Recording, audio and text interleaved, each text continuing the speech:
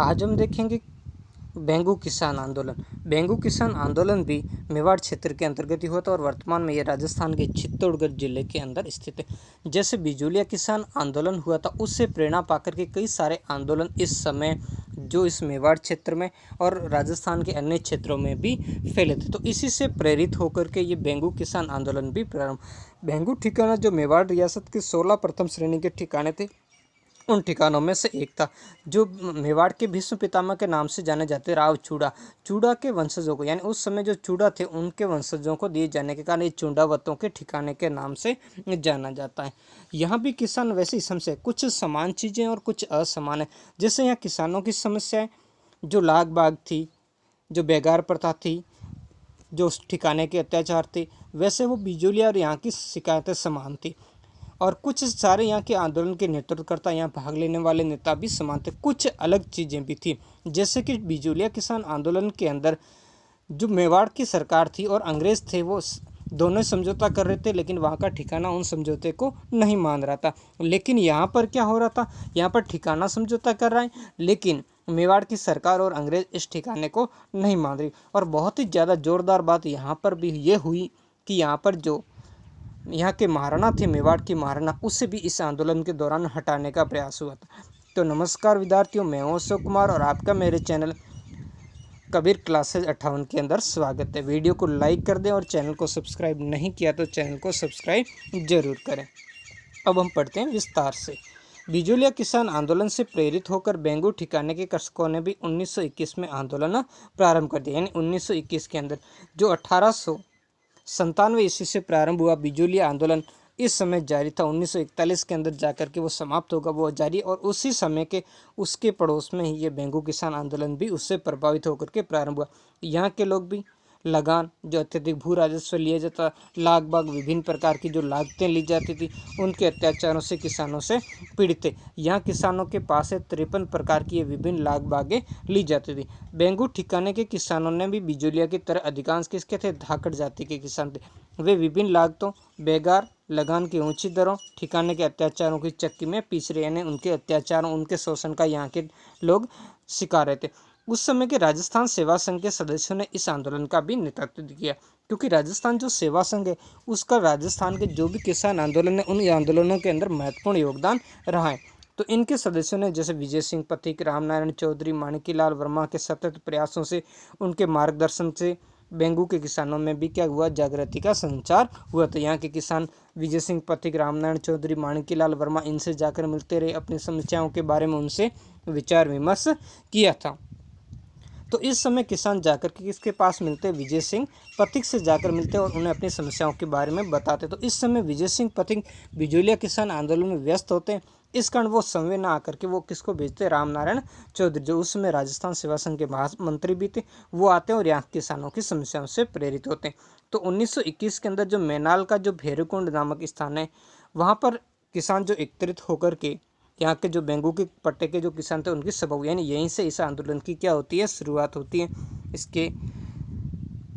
तो यहाँ पर किसानों ने अपनी क्या की थी, अपनी समस्याओं के बारे में विचार विमर्श किया था और यहीं पे जो रामनारायण चौधरी, उन्हें भी अपनी समस्याएं बताई थी। तो यहाँ पूरी रणनीति होती है और रणनीति बना करके यहाँ से क्या होते है, इस आंदोलन का श्रीगणेश होता है।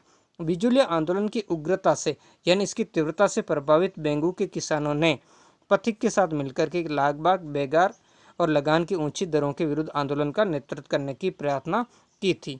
तो क्या किया, पथिक जी ने इस आंदोलन का नेतृत्व संवेद न करके इसका भार राजस्थान सेवा संघ के जो उस समय मंत्री थे रामनारायण चौधरी पर उन्होंने डाल दिया था। तो 2 वर्ष के संघर्ष के बाद में बेंगू के ठाकुर कौन थे इसमें, रावत अनूप सिंह को क्या करना पड़ा था, झुकना पड़ता। ये ध्यान रखिए, इसका नाम इस समय यहाँ के कौन थे, जो ठिकाने के ठाकुर थे, रावत अनूप सिंह। अब देखो, इनको झुकना पड़ा और इन्होंने क्या कर दिया था, किसानों की मांगों को स्वीकार करते हुए एक किसानों के साथ इन्होंने क्या कर दिया था, एक समझौता कर दिया था। और इस समझौते के अनुसार इन्होंने किसानों की मांगों को क्या कर लिया था, स्वीकार कर दिया था। लेकिन इसको मेवाड़ सरकार और अंग्रेज रेजिडेंट ने इस समझौते को नहीं माना।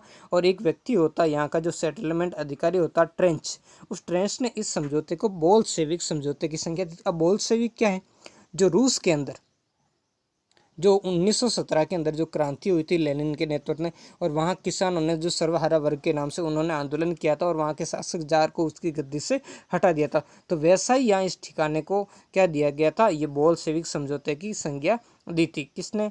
यहाँ का जो व्यक्ति था ट्रेंच ने।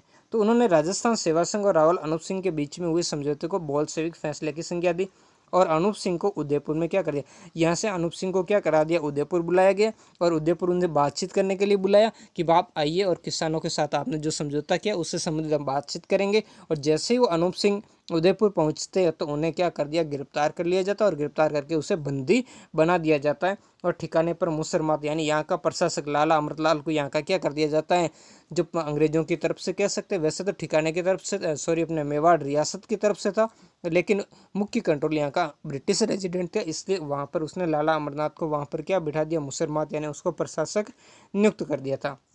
लेकिन किसान क्या कर रहे, अपना आंदोलन जारी रखे हुए थे।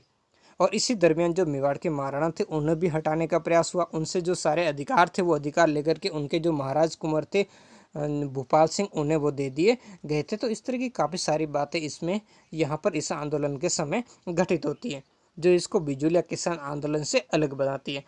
ठिकाने ने किसानों की शिकायतों के समाधान के लिए मेवाड़ के जो बंदोबस्त आयुक्त थे ट्रेंच के नेतृत्व में एक आयोग को नियुक्त किया। इसे जब हम ट्रेंच कमीशन के नाम से जाना जाता, जो 13 जून 1923 को इस क्षेत्र के अंदर किसानों की समस्याओं का समाधान करने के लिए आया था।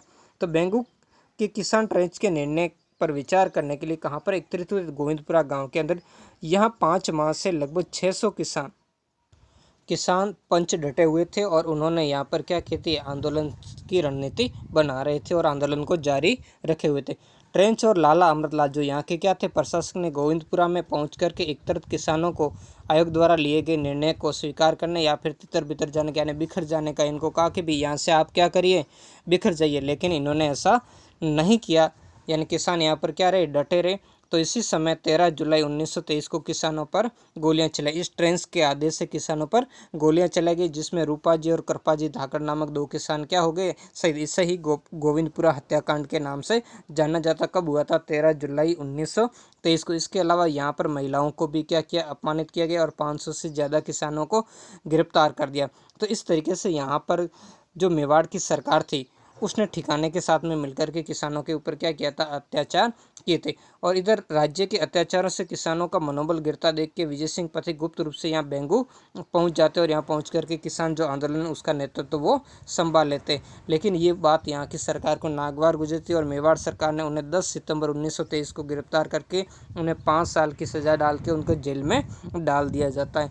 और इसके बाद धीरे धीरे ये क्या होता है, आंदोलन समाप्त हो जाता है। और इसी समय जो राजस्थान सेवा संघ था उसमें भी मतभेद आ जाते हैं, हालांकि ये बाद में छूट भी जाते हैं, लेकिन फिर बाद में उतना आंदोलन प्रभावी रूप से नहीं रहता। और अंत में जाकर के फिर 1925 ईस्वी में जो यहाँ की जो मेवाड़ की सरकार थी उसको क्या करती है, इनके किसानों के साथ समझौता करती है, जिसमें 53 लाख में से 34 लाख थे माफ़ कर दी जाती है, और बेगार जो प्रथा थी उस पर बेगार लेने पर रोक लगाने की घोषणा करती है। और इस तरीके से यहाँ पर क्या करती है, वो किसानों के साथ में समझौता करती है। और यहाँ का जो आंदोलन है ये बहुत ही राष्ट्रीय स्तर पर भी विभिन्न समाचार पत्रों में इसके अत्याचारों का प्रकाशन किया गया, जिससे संबंधित आप जो कक्षा 12 का वीडियो मेरा दूसरा चैनल है स्टडी 58 उस पर जाकर के आप इसके बारे में विस्तृत रूप से देख सकते हो। तो आज की वीडियो में इतना ही, मिलते हैं नेक्स्ट वीडियो में एक नए टॉपिक के साथ। धन्यवाद।